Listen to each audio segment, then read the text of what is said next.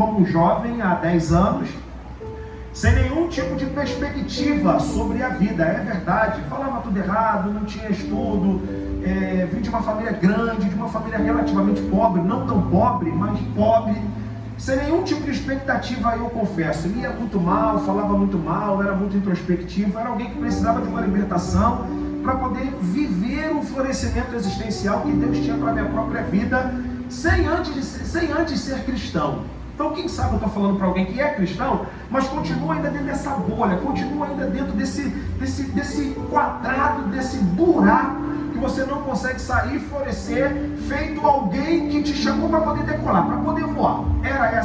Eu era essa pessoa. Entreguei a minha vida para Jesus, acreditando que eu viveria uma libertação. E fui liberto, graças a Deus. Eu fui liberto de vícios, nunca usei droga nem nada, mas tinha particularmente outros vícios, que sendo vício é vício de qualquer maneira.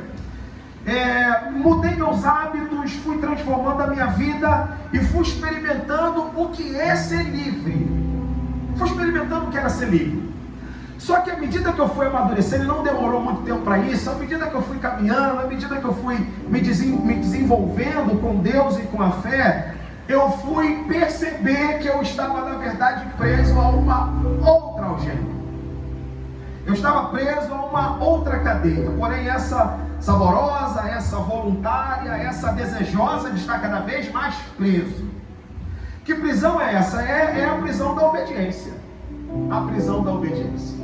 Curiosamente, a nossa vida funciona assim. Quem estava ou está nesse modelo, como eu estava falando minutos atrás, deseja intensamente uma libertação. Pastor, não aguento mais. Pastor, preciso de uma nova vida. Pastor, preciso de um tempo de transformação. Pastor, preciso conhecer Jesus. Pastor, preciso de libertação. E aí a gente que é evangelista, né, a gente vai pregando, a gente vai ensinando, a gente vai entregando panfleto, sempre oferecendo essa libertação. Jesus tem o melhor para você. Jesus tem uma nova vida para você.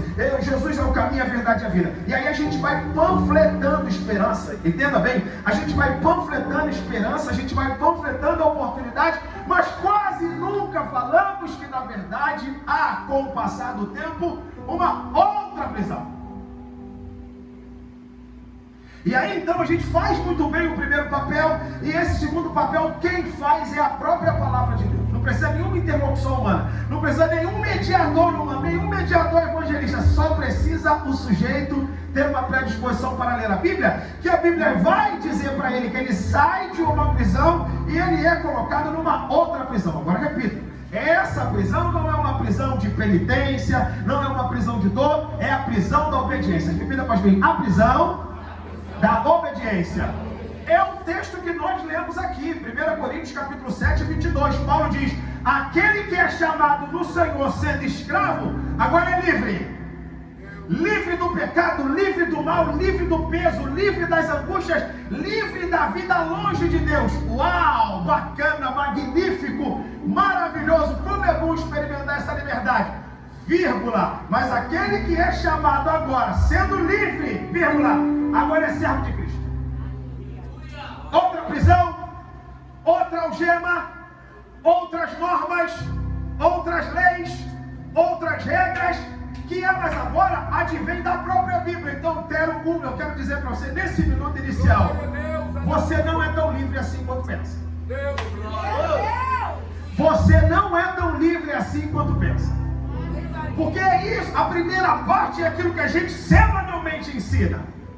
E a segunda parte é aquilo que Paulo está alertando. Cuidado, para que você não pense que você é totalmente livre, porque na verdade você só mudou de algema, você só mudou de Senhor. Antes, quem era teu Senhor era o pecado, era o mal, o diabo, era tudo. Agora o teu Senhor é Cristo, é Jesus, é a palavra. Eu sei que mesmo sendo uma palavra bíblica, muitas vezes não é uma palavra bem-vinda. Pastor, sinceramente essa palavra não é muito bem-vinda, porque tudo que está ligado à obediência, à norma, à regulamentação, ao preceito, traz algum tipo de peso que eu não estou muito disposto a ouvir nesse domingo à noite, domingo, aliás, chuvoso. Pois é, senhores, o que eu vim dizer para você é que a gente precisa aprender a andar de acordo com essa nova prisão. E quero deixar claro inúmeras vezes, eu não falo de uma prisão dolorosa, eu não falo de uma prisão penitenciária, eu falo de uma prisão que te coloca diante de preceitos que a gente precisa seguir. E não tem conversa.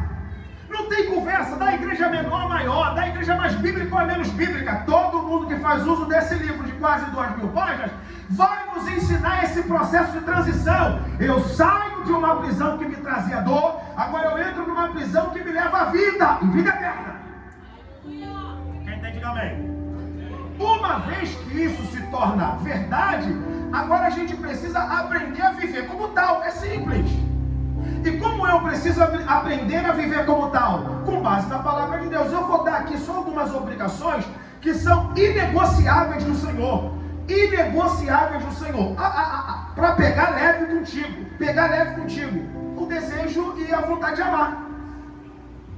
Quem não ama, segundo o apóstolo João, não viu a Deus. Não é amigo de Deus. Não está na luz de Deus. Continua nas trevas. E amor é uma decisão. Pegando leve. Amor é uma decisão. Quem não se vê essencialmente vinculado ao amor de Deus, meu querido, ainda continua preso à algema das trevas.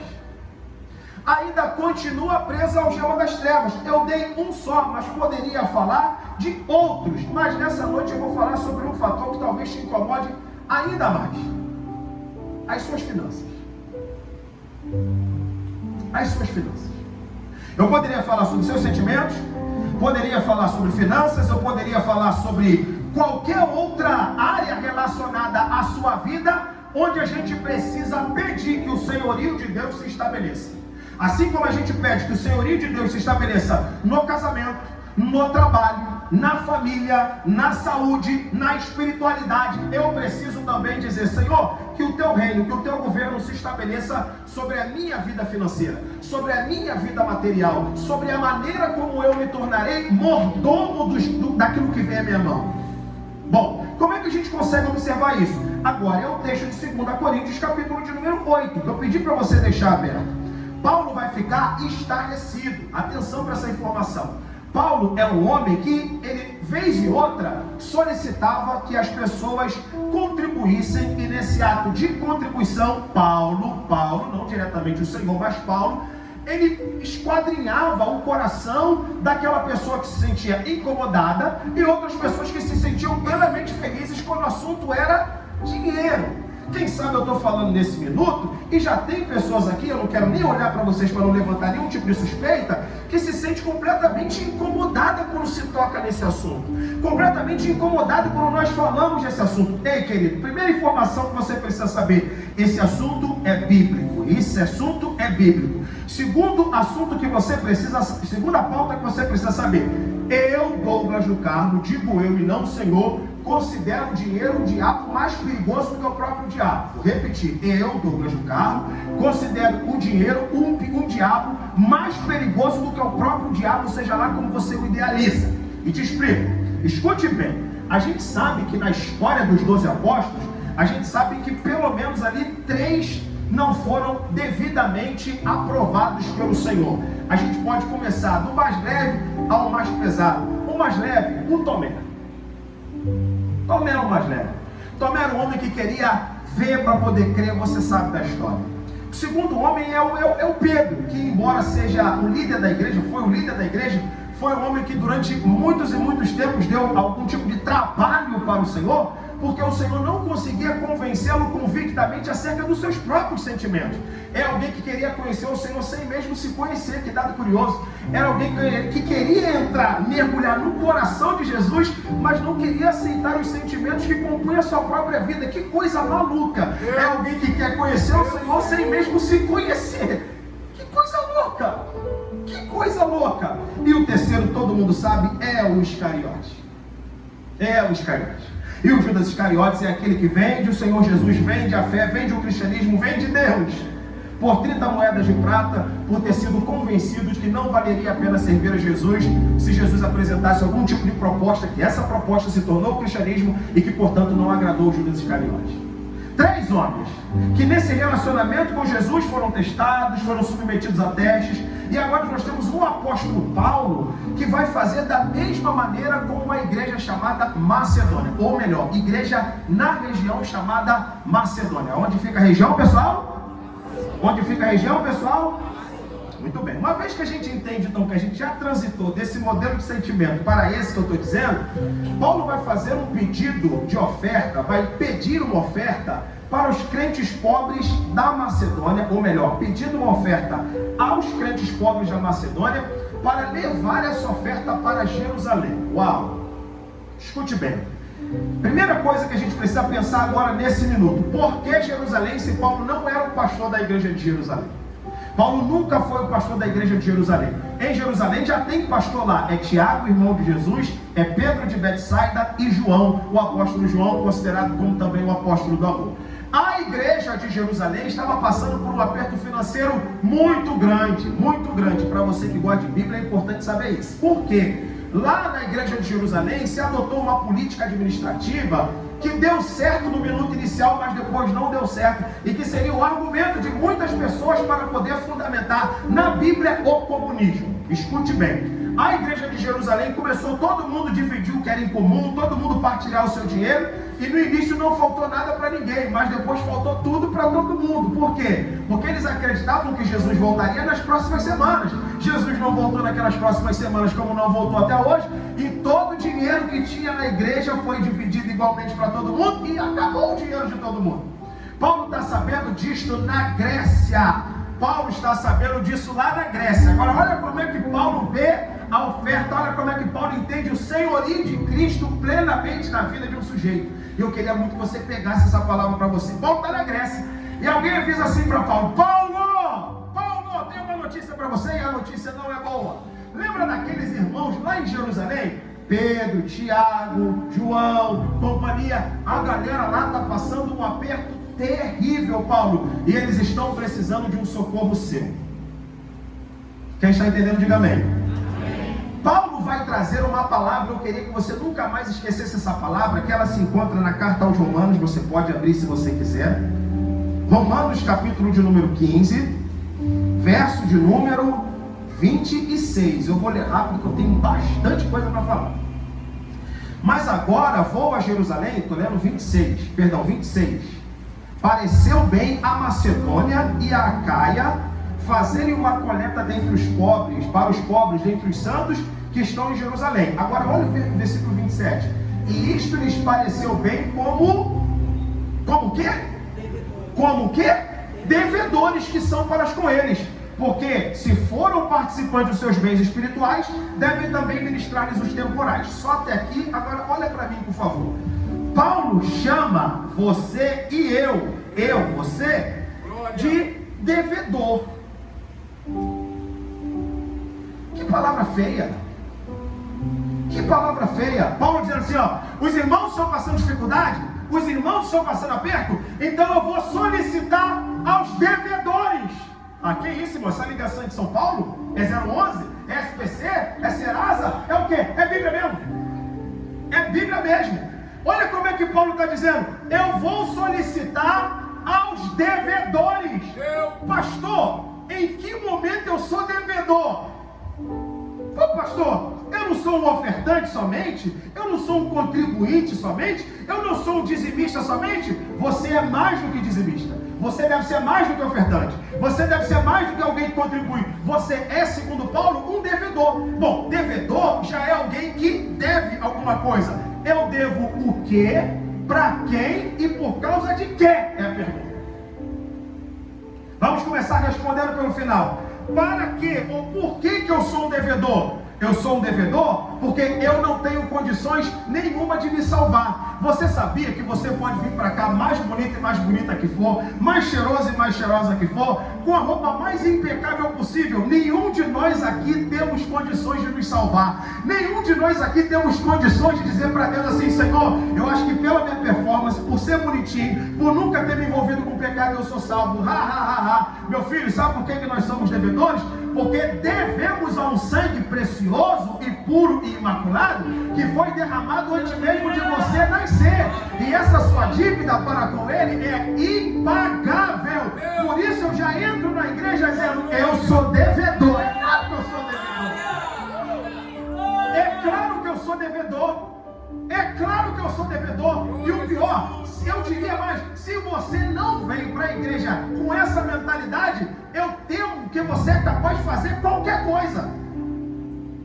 Você pode ser capaz de fazer qualquer coisa. Então por isso que Paulo diz assim, ó, eu vou solicitar aos devedores que resolvam essa situação. Então, meu filho, eu não vim aqui para poder ter algum tipo de palavra para que toque emocionalmente em você e você contribui da maneira como você contribuir. Eu estou longe disso e eu sei que o espírito de liderança dessa igreja também está, mas você precisa saber disso. Repito, você precisa saber, porque isso filtra a nossa espiritualidade. Eu já entro nessas portas com espírito de dependência, dizendo, Senhor, eu não tenho condições nenhuma de fazer ou de vencer ou de acontecer por mim mesmo. Se não for pelo Senhor, nada fluirá. Por isso Paulo diz, eu vou solicitar aqueles que são devedores.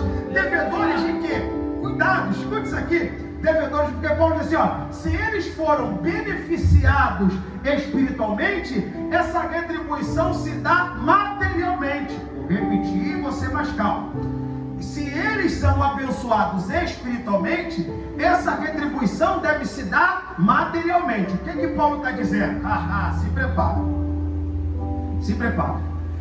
Sempre que você vem aqui, semanalmente que você vem aqui, seja em qualquer outra igreja, essa igreja, invisivelmente, a gente não consegue ver a atmosfera que permeia esse lugar. Mas a partir do momento que tem alguém aqui e que invoca a presença de Jesus para poder ouvir e receber o nosso culto, irmão, o céu, ou pelo menos uma parte, uma fração do céu, está aqui invisivelmente movimentando a nossa vida e nossos corações. E quando você está ouvindo essa palavra, ele vasculha seu sentimento. Esse espírito invisível vasculha esse sentimento, tira as impurezas e vai fazendo com que esse lugar se torne um lugar de leveza. Foi cantado, é aqui que eu me sinto muito bem. É aqui que eu me sinto muito bem. E não há outro lugar melhor. E às vezes é isso mesmo. Tem horas, irmãos, que a gente vem para a igreja e a gente coloca tudo mesmo no altar. É como se isso aqui ficasse completamente imundo pelas impurezas que parecem sair do nosso corpo e serem deixadas aqui. Depois vem o anjo com a vassoura espiritual e lança tudo fora. Então a bem da verdade é que muitas pessoas não conseguem entender, tomara que entendam hoje, o quanto a igreja é importante. Quero falar para quem vai assistir pela transmissão, meu filho, você pode estar assistindo pela transmissão por qualquer razão, nunca vai substituir a comunhão. Irmão, a bênção de Deus está na comunhão. A comunhão é importante, estar junto, compartilhar da fé nesse espaço. Nada paga isso, meu irmão. No ano de 2020, eu acho, 20, eu acho. A gente passou o tempo fechado, de igrejas fechadas, quase tudo fechado. A gente sentiu a saudade do tempo. Pode falar mal o que for, a gente às vezes se pega aqui nesse lugar, vem faísca entre nós. Mas aqui, irmão, é um lugar no qual Deus ordenou a sua bênção. E a bênção sai daqui, sai do pastor dessa igreja e emana capturando a nossa vida. Eu sou devedor disso. Você acha que isso não tem custo? Para quem acha que isso não tem custo, rasga a Bíblia aqui agora.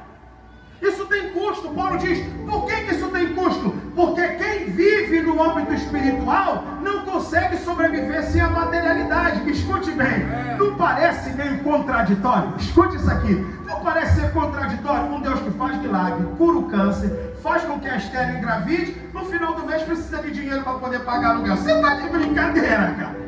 Não parece meio louca a situação? Mas pastor, e cadê o Deus que fez a menina engravidar? A estéril engravidar? Cadê o Deus que faz a pessoa vomitar o câncer? Cadê o Deus que faz a pessoa expelir tudo? Sabe por que Deus não manda maleta de dinheiro? Porque isso é a obrigação dos devedores. É simples. É simples. Porque me soa meio contraditório. Não é verdade? Se eu estou falando de um Deus que abre portas, se eu estou falando de um Deus que faz infinitamente mais, se eu estou falando da igreja que é dele, é claro que ele vai prover o dinheiro para manter a casa dele. Vai não. É tarefa dos devedores. É tarefa dos devedores. Por isso Paulo diz, você já entra aqui, devedor. Essa igreja te abençoa? Essa igreja precisa estar com as portas abertas? Essa igreja aqui te abençoa espiritualmente? Sua família encontra abrigo espiritual aqui? Sua vida espiritual está protegida aqui? Sabe como isso é retribuído? Não é só coração não, é com dinheiro. Aleluia! Aí eu vou te explicar por quê, para a gente não pensar que está havendo forçação de barra. Vou te explicar, vai ser muito interessante. Olha Paulo dizendo, porque pareceu bem para eles que são devedores retribuir materialmente aquilo que é espírito, e aquilo que é espírito me recompensa sobre aquilo que não tem. É fácil de entender. Repita após mim assim: eu sou matéria, a igreja é espírito. Vou tirar o microfone. Há sempre esse movimento. Esse movimento faz com que os dois sobrevivam. Esse movimento de troca. A mão que possui uma substância partilha com que falta esta substância. Essa substância que domina nesta mão partilha com que falta nesta substância noutra mão. Facinho. Olha só. Se a igreja é espírito, ela precisa da substância material para continuar existindo aqui na matéria. Eu que sou matéria, preciso do espírito para poder viver enquanto matéria espiritualmente. Acabou. Então olha Paulo dizendo, eu sou devedor. Por quê? Porque a igreja me dá toda a condição espiritual de me manter espiritual, e como eu sou material, eu dou toda a condição material para ela continuar aberta e existindo. Não tem forçação de barra, não tem injustiça, não tem apelação e não tem nenhuma resposta de contraponto para umas meia dúzias aí que querem arrumar texto bíblico para não dizimar, para não ofertar, para não contribuir, dizendo informações, porque o dízimo está no Antigo Testamento, porque o dízimo está no Antigo Testamento. Meu filho, 2/3 da Bíblia é Antigo Testamento. Se uma coisa não vale para você, ou não funciona tudo, ou funciona tudo. Isso é uma questão de moral. Isso é uma questão de moral. Não precisa ser universitário para saber isso. Não precisa ser doutor em teologia para saber isso. Muito bem. Então se isso não serve para você, joga os profetas fora, joga o provérbio fora, joga Jó também, porque é tudo Antigo Testamento. E aí, agora? E agora? Então quer dizer que agora a gente vai viver de parte seletiva. Então vamos fazer o seguinte, vamos recortar a Bíblia e vamos selecionar só aquilo que é útil para mim. Que negócio é esse? É cachê de promessa? Nós saímos de uma prisão e entramos em outra, meu filho. Cristo quer de você obediência integral. Cristo quer de mim obediência integral. E Paulo está tentando nos fazer entender isso sem nenhum tipo de peso. É por isso, irmão, acredite no que eu estou dizendo para você. Acredite no que eu estou dizendo para você. Sabe por que eu tenho esse compromisso de ser dizimista, de ser ofertante, de ser contribuinte na minha igreja? Não é porque tem textos de Malaquias me ameaçando, não é porque tem palavra de um pastor me ameaçando, é porque eu tenho senso moral e sei que a igreja aberta beneficia muita gente. Então só tem uma maneira da igreja permanecer aberta, não é só com a oração, é contribuir. Então os devedores, você e eu, somos os responsáveis para que isso aqui continue aberto, para abençoar centenas e centenas de pessoas da comunidade. É difícil saber isso. Não é difícil saber isso. Então é por isso que eu tenho esse compromisso, irmão. Deus sabe, Deus me é testemunha nesse momento. Deus sabe o quanto eu tenho de compromisso. Vou poder ser dizimista na minha igreja, ser ofertante e abençoar a vida de outras pessoas na minha medida. Por quê? Porque eu vivo de ofertas voluntárias, de venda de livro, de aulas que dou, que movimentam o meu ministério. Vou dar só um exemplo aqui para vocês, já o que aconteceu na minha vida. Eu andava com um Celtinha preto. Era um Celta preto, eu não sei se era um Celta preto ou se o Celta estava preto.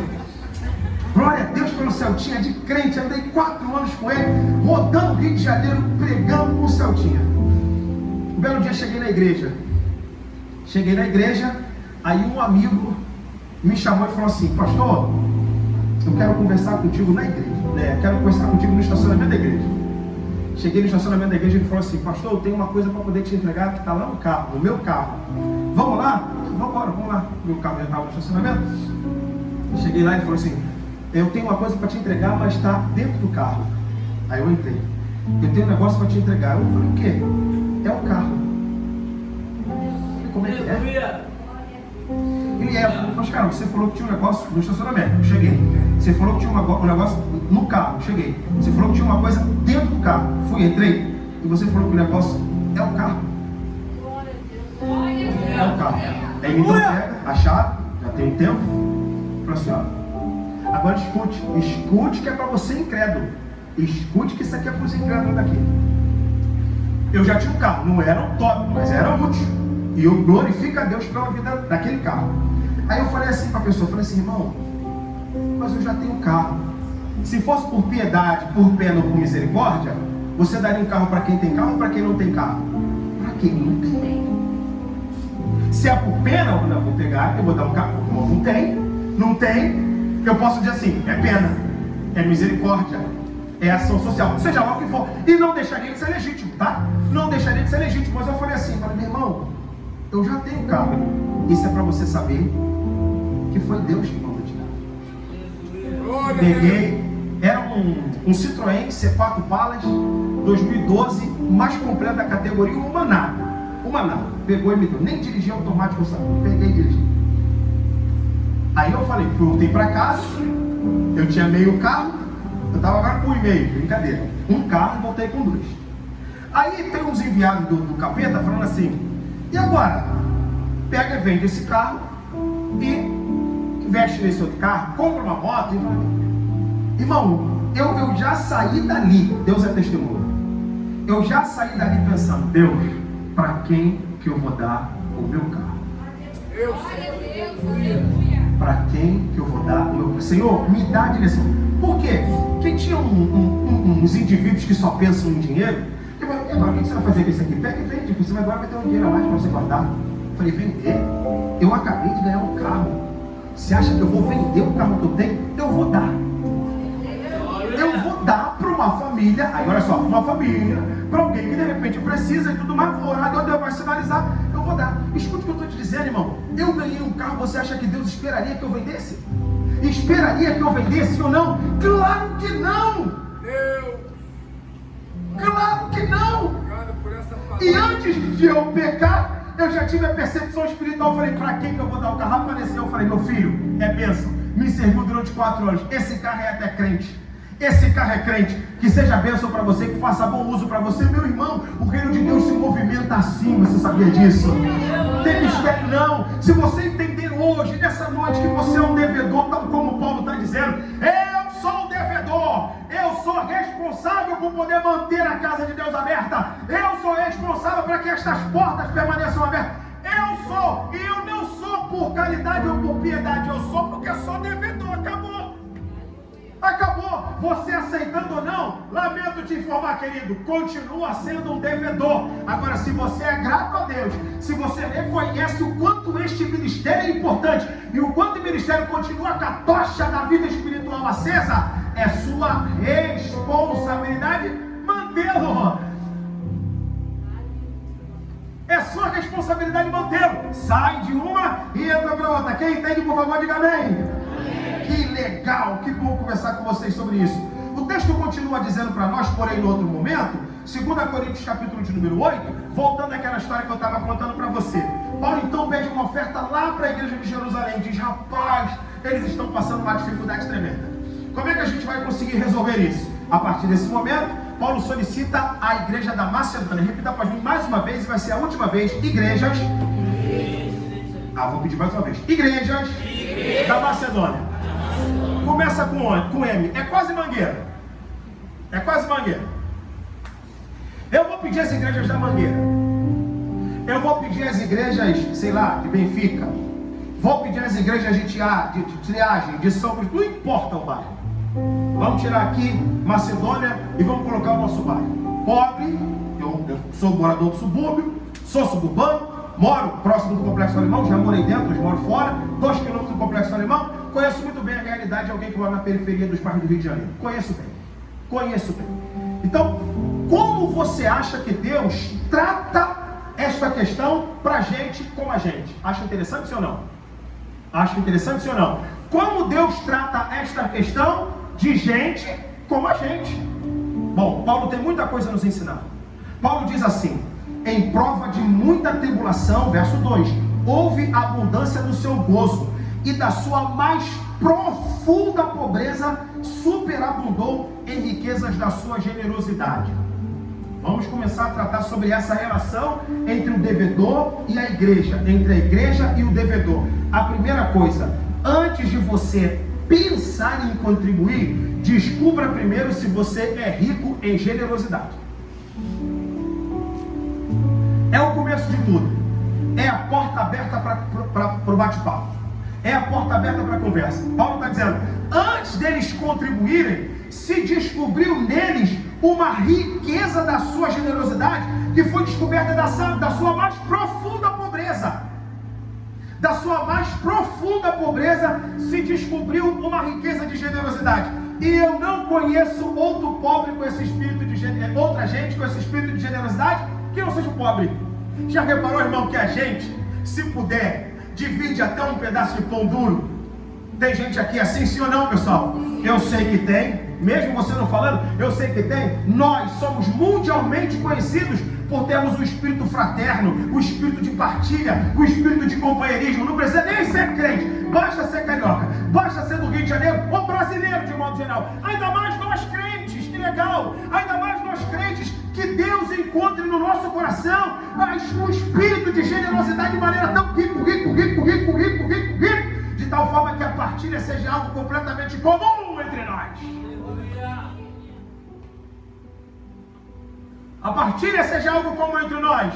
E se você quer um exemplo maior, meu filho, lá vai o exemplo maior, é o próprio Senhor Jesus. E sabe quem é que fala isso? Paulo. Meu Deus, eu queria que você desse um glória a Deus nesse minuto.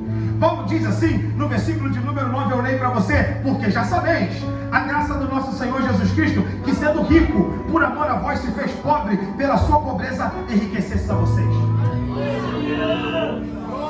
Olha como é que é uma substituição. Uma substituição de status. A substituição de status, rico, por amor a vós se fez pobre, para que pela sua pobreza enriquecesse a vocês. Irmãos, é muito sério isso que eu estou dizendo, vai comigo.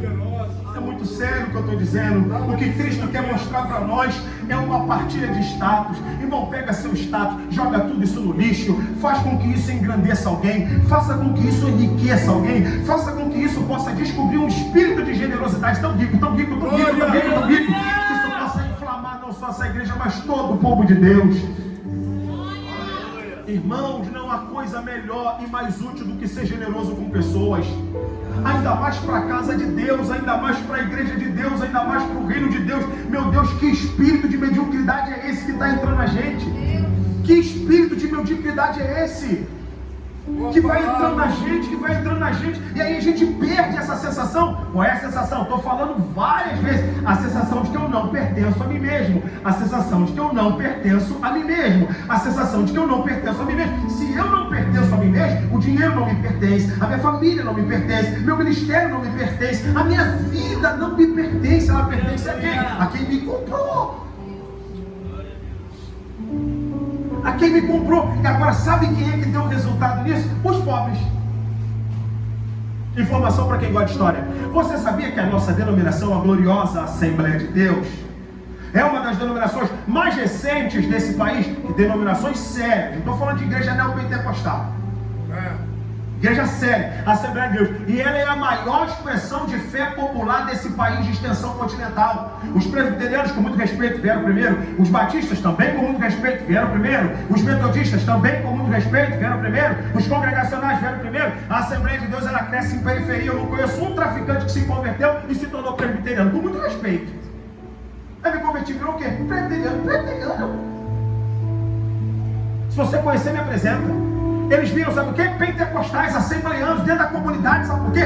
Porque é uma igreja que decidiu partilhar a fé e a esperança com qualquer gente, com qualquer sorte de pessoas.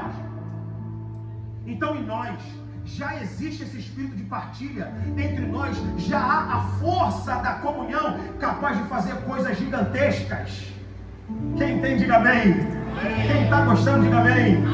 Não é aquela palavra que a gente voa, mas é uma palavra que a gente entende. Essa é a minha preocupação.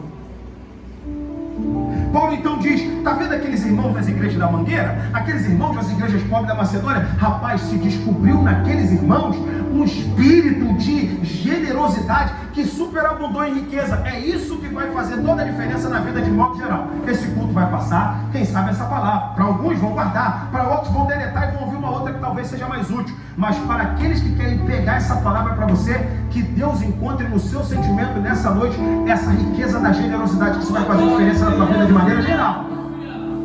Vai fazer diferença na sua vida de maneira geral. Se você quer saber, eu ganhei 3 carros. Eu ainda não sei quem quer comprar um carro. 3 eu ganhei. 3. Comecei ganhando um Sport Zetec, foi assim que eu comecei a dirigir. Parecia um bonecão do posto, mas eu comecei a dirigir nele. Depois ganhei o Celtia, depois ganhei o Citroën. Todos os carros eu dei. Eu quero que essa unção pegue a minha vida. Essa unção pegue a minha vida. Por quê? Porque o próprio Paulo falando isso. Paulo fala isso. Este que tem tudo e não sou possuído por nada. Tem tudo e não sou possuído por nada. Tem tudo e não sou possuído por nada. Que, irmãos, que as bênçãos de Deus não parem em você. Elas fluam através de você. Cada pessoa vai abençoar a outra. Irmãos, por que isso aconteceu no tempo bíblico que não acontece hoje? Sabe por quê? Porque desenvolveu em nós um espírito de avareza. Repita para mim, avareza. Agora eu vou pegar meia dúzia aqui. Você sabia que a avareza é idolatria? Eu vou ler para você. Colossenses capítulo de número 3, verso de número 5. Colossenses capítulo 3, verso de número 5. Eu tenho um recado aqui para você, tá? Deixa eu explicar isso aqui para vocês, eu acho que eu já falei. Eu estudo teologia na PUC Rio, na Pontifícia Universidade Católica do Rio de Janeiro. Por bondade de Deus, agora no dia 14, se Deus permitir, eu vou defender agora minha dissertação de mestrado, caminhando para o doutorado em teologia, se assim Deus me permitir. Aí eu fui estudar na PUC. Poxa, na PUC só padre, os professores tudo padre. Só tinha 2 assembleanos, eu da Assembleia de Deus de Bom Senso e o Eliade Galdino da Assembleia de Deus da Ilha do Governador. Grande pregador. Lá dentro, no meio daquela sala, eu falei, meu Senhor da glória, como é que vai ser? Franciscano, jesuíta, dominicano, frades, frei, todo mundo lá. Tudo bem, tinha um espírito fraterno, tinha luterano, tinha batista, tinha metodista, acho que tinha um presbiteriano. E todo mundo dentro daquela sala lá estudando teologia. Depois ficou online, devido à pandemia, parou tudo, todo mundo dentro do quadradinho, dentro do telefone, mas lá, em tempo real, interagindo, todo mundo lá. Aí, o que acontece? O protestante, o evangélico, sempre acusa o católico de quê? De idólatra. Maria, os santos, as entidades, e mais não sei o quê. Aí, num belo dia, num belo bate-papo, foi tocado no nome de uma deputada que foi presa na região de São Gonçalo, e foi a notícia ali, todo mundo lá, é evangélica, é da Assembleia de Deus, é pentecostal. Aí o luterano falou assim, ó, o professora é católica, tem um assembleano aí, se eu fosse assembleano eu ficaria envergonhado. Tudo isso por causa do escândalo envolvendo a deputada. E aí se toca nesse tema da idolatria. Agora escute. Aí uma pessoa católica falou assim, mas os protestantes falam que nós somos idólatras, porque nos curvamos a Maria, aí isso, aquilo outro, blá. Mas segundo o apóstolo Paulo diz que a avareza é idolatria. E olha o texto que a gente vai ler. Mortificai os vossos membros que estão sobre a terra, a prostituição, a impureza, o apetite desordenado, a vil concupiscência e a avareza, vírgula, que é idolatria. Uau! Aí escute, o argumento foi o seguinte, está vendo aqui essa palavra avareza que é idolatria? O que é avareza? É uma predisposição em não dar a partir de uma conceituação pessoal que fecha ou venda os olhos daquela pessoa e aquela pessoa não consegue se ver em espírito de caridade ou de generosidade, só pensa para si. Uma pessoa avarenta é uma pessoa que não gasta nada, mesmo tendo dinheiro para gastar consigo mesmo, não gasta. Meu avô teve muito dinheiro, meu avô andava de sapato furado, cirurgião dentista, andava de sapato furado, sabendo que tinha dinheiro e morreu, ficou tudo aí. Agora o mais importante para a nossa conversa nesse minuto é saber que isso é uma idolatria. Então se isso é uma idolatria, você e eu podemos ser idólatras tal como aqueles que nós acusamos que são. E até pior, te explico por quê. Porque aqueles que são, e a gente critica, pelo menos foram para homens e mulheres que ao menos contribuíram para o cristianismo. E a gente, irmão, a gente idolatra alguma coisa que nos capitaliza, que nos desumaniza, que nos torna pessoas diabólicas que não conseguem ver nada nem ninguém. Eu diria que é até pior. Aleluia! Que coisa terrível é essa, irmãos? Retornando, já estou caminhando para o final. Paulo então vai falar sobre esse grupo que eu queria que fosse a gente nessa noite. Paulo diz no versículo de número 3: porque segundo o seu poder, o que eu mesmo testifico, e ainda acima do seu poder, deram voluntariamente. Agora olha o verso 4. Eu fico envergonhado quando leio 2 Coríntios 8:4. Pedindo-nos com muitos rogos a graça e a comunicação desse serviço que se fazia para com os santos. Não somente fizeram como nós esperávamos, mas também a si mesmos se deram primeiramente ao Senhor e depois a nós pela vontade de Deus. Aqui eu me encaminho, eu encerro, eu vou ler só mais um versículo. Paulo está dizendo, nós vamos tirar a oferta, dízimo, contribuição.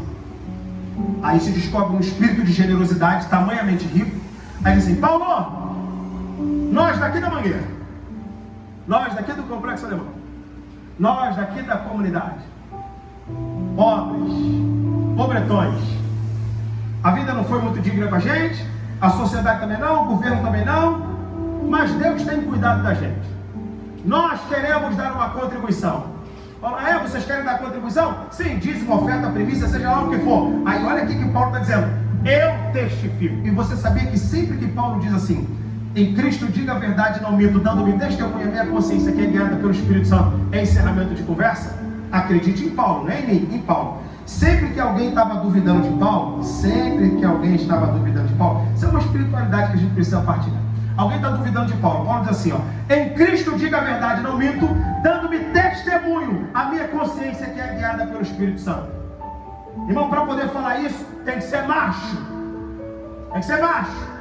Não quer acreditar em mim? Em Cristo diga a verdade, não minto, dando-me testemunho, a minha consciência que é guiada pelo Espírito Santo. Então olha Paulo refrisando isso, eu sou prova, eu sou testemunha de que esse povo deu, e deu voluntariamente, mas não é tudo. Esse povo deu e pediu com muitos rogos, pediram-nos com muitos rogos, para que não ficasse de fora desse momento.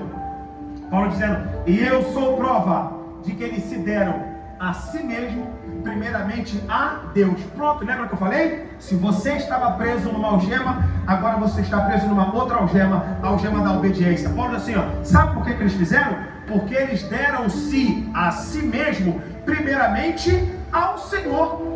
Depois, quando eu me dou para o Senhor, depois quando eu pertenço ao Senhor, acabou, eu não me mando, não tenho domínio de mim mesmo e não tenho domínio sobre as coisas que passam por mim. É simples entender. Tudo bem, talvez custa para a gente assumir esse modelo de existência. E sabe por que a gente tem dificuldade em assumir esse modelo de existência? Porque não apresentaram o cristianismo tal como ele é. Esse é o problema. Problema de pregadores, problema de pastores, problema de gente que não lê Bíblia. O problema é isso. Apresenta um terço do Evangelho, um quinto do Evangelho, um décimo do Evangelho. Que negócio é esse? Não foi isso que Paulo pegou? Nós vamos pregar todo o conselho de Deus. É a Bíblia inteira, meu filho. O negócio é esse, ficar fragmentando. Só fragmento é bênção, é milagre, é blá, blá, blá, blá, blá, blá, blá. E o compromisso? E a honra? E a obediência, o ensinamento e a educação cristã. Que isso, irmão? Toda hora. O que eu escuto? Eu escuto então um fragmento de evangelho. Então a gente tem dificuldade. A gente tem dificuldade de ouvir, a gente tem dificuldade de aprender, a gente tem dificuldade de praticar isso. Talvez não seja o caso de vocês, mas para muita gente isso é uma palavra completamente ruim de se ouvir. Mas para quem entende o evangelho, que é essa igreja aqui, que não está perdendo tempo, que não está aqui para poder oferecer show, está aqui para poder oportunizar a salvação. Meu Deus! Então se a nossa missão é oportunizar a salvação, você precisa ouvir isso. Diga amém por isso. Então é isso que você precisa fazer. Antes de você dar o seu dinheiro, já a gente vai ter um momento de contribuição. Antes de você dar o seu dinheiro, se dê para o Senhor. Se entregue para o Senhor. Aí você não vai ficar discutindo dízimo, oferta, primeiro. Você não vai ficar discutindo isso. Por quê? Porque você entende que é um dever. Você é um dever. Então você é um devedor. Você não vai ficar... porque o dízimo está no Antigo Testamento, pastor. Se você quer saber mais sobre isso, seria melhor se a gente ficar só no dízimo. Sabia disso? Seria melhor. Porque a oferta não bota teto não. Tá? Dízimo bota teto, é 10%. E a oferta? Eu dei um carro. Eu ganhei um carro. Tá? Oferta não bota teto não. Eu recebi foi 40 mil reais de oferta, agora tem 3 meses. 3 meses, 40 mil reais. Eu recebi. Para poder fazer algo sobre minha vida, sobre minha família. Recebi uma ligação. Estou falando aqui de conversa infundada não. Estou falando aqui de conversa infundada não. Eu tinha um dinheiro específico para poder fazer uma coisa para minha esposa. Recebi uma ligação despretensiosa, de um amigo que falou assim: pastor, estou numa dificuldade, estou numa prova. Por quê? Porque eu preciso pagar, hoje, não sei se é hoje ou se é amanhã, na ocasião que eu falei, cara, um valor de 3 mil reais, e eu, 3.700 reais, só tem 700. Irmão, eram exatamente os 3 mil que eu tinha. Falei, manda o Pix. Bom, ele ligou para desabafar. Eu tinha 3 mil, ele tinha 700. É exatamente os 3 mil. Tem 3 meses isso. Eu falei, meu filho, fechei os olhos, vambora, vai. E que isso, rapaz? Eu estava ligando só para o irmão, eu tenho aqui. Vai para você, resolva a tua vida. Irmão, a nossa vida é assim. Quem é ministro sabe disso, vive disso. Eu estou falando de vive disso, de não trabalhar não. É que a gente sabe que a nossa vida é assim. É um vai e vem terrível. É gente que passa pela nossa vida, deixa. E são pessoas que entram na nossa vida, a gente partilha. Experimente isso, meu filho. Experimente isso. Qual é o caminho? Primeiro, é se dar para o Senhor. Se dar para o Senhor. Se dar para o Senhor. Então Paulo diz, eu sou prova. Eu sou prova. Em Cristo diga a verdade, eu minto, dando-me testemunho, que a minha consciência que é guiada pelo Espírito Santo. Eu sou prova, Paulo. Eu sou prova. Eles deram. Sabe como é que eles deram? Eles se deram ao Senhor. Eis que tendo tudo e não possuindo nada. Eu tenho tudo, mas não possuo nada. Possuo nada. Caminhando para o final, texto bíblico diz para nós, verso de número 5. 4. Pedindo-nos com muitos roubos a graça e a comunicação desse serviço que se fazia para com os santos, e não fizeram somente como nós esperávamos, mas também deram a si mesmo primeiramente ao Senhor e depois a nós, pela vontade de Deus. Depois a nós, repita mais vezes, depois a nós. Só mais uma vez, depois a nós. Olha para cá que essa parte é muito interessante. Muito interessante. Eles se deram ao Senhor, depois a nós, pela vontade de Deus. Quem é esse nós? Abre aspas, se coloca aí, nós, entre aspas. Paulo e sua equipe. Chegou a hora de um teste. E esse não vai ser oculto, vai ser bem explícito mesmo. Meu filho, se você quer fazer parte do sonho do pastor para esse ministério, você precisa, número 1, confiar em Deus. Número 2, confiar nele. Aleluia! Sabe por que eu sou estimulado a contribuir na minha igreja? Não é só porque eu sei que eu sou devedor. É porque eu confio no nós. Quem é nós? Jaime Soares da Silva. Eu confio. Escute, não estou falando de alguém que não peca porque peca. Não estou falando de alguém que erra, de não erra porque ele erra. Mas não é isso. Escute uma coisa e aprenda isso aqui. Isso aqui é importante. Se você acredita que essa igreja prega a palavra de Deus, você está aqui, é uma igreja digna de você trazer a sua família para cá, de você batizar o seu filho aqui, de você ser bênção aqui, mas não acredita que essa igreja é digna de fazer bom uso do seu dinheiro, você é desonesto. É desonesto. Ou confia por completo, ou desconfia por completo. Por que eu tenho o compromisso de ser contribuinte da minha igreja, por exemplo? Porque eu primeiro me dei ao Senhor e depois à liderança. Meu pastor Jaime Soares da Silva, ele sabe disso, e quem conhece sabe disso. Nossa igreja realizou uma obra de 5 milhões de reais por ano, no ápice da pandemia. Não vamos discutir a questão. Um ato voluntário de gente que falou o seguinte: a gente confia não só no Senhor Deus, Senhor Deus, a gente confia também na liderança dessa igreja. Pastor, qual é a visão? A visão é essa, eu estou dentro. Pastor, qual é a missão? A missão é essa, eu estou dentro também.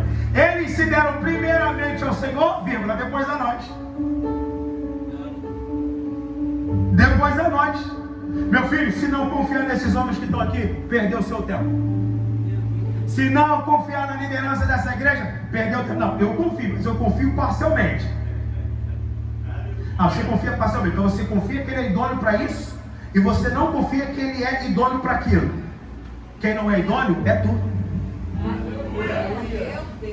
É isso, gente.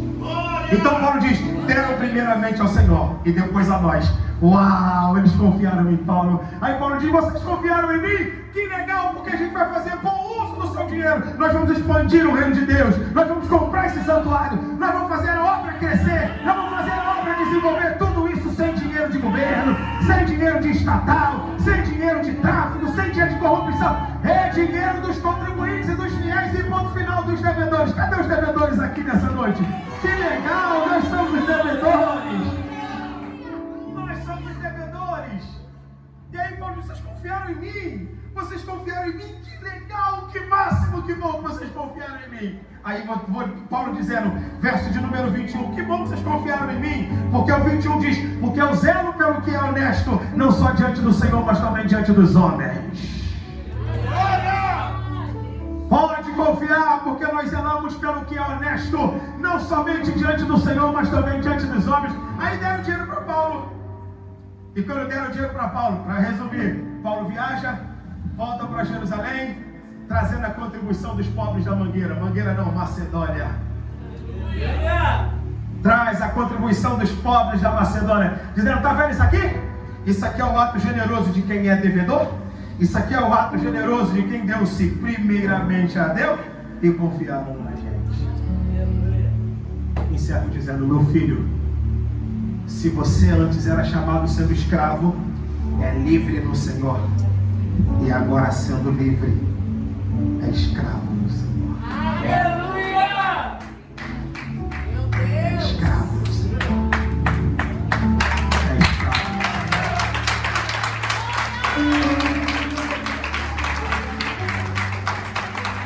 Fique de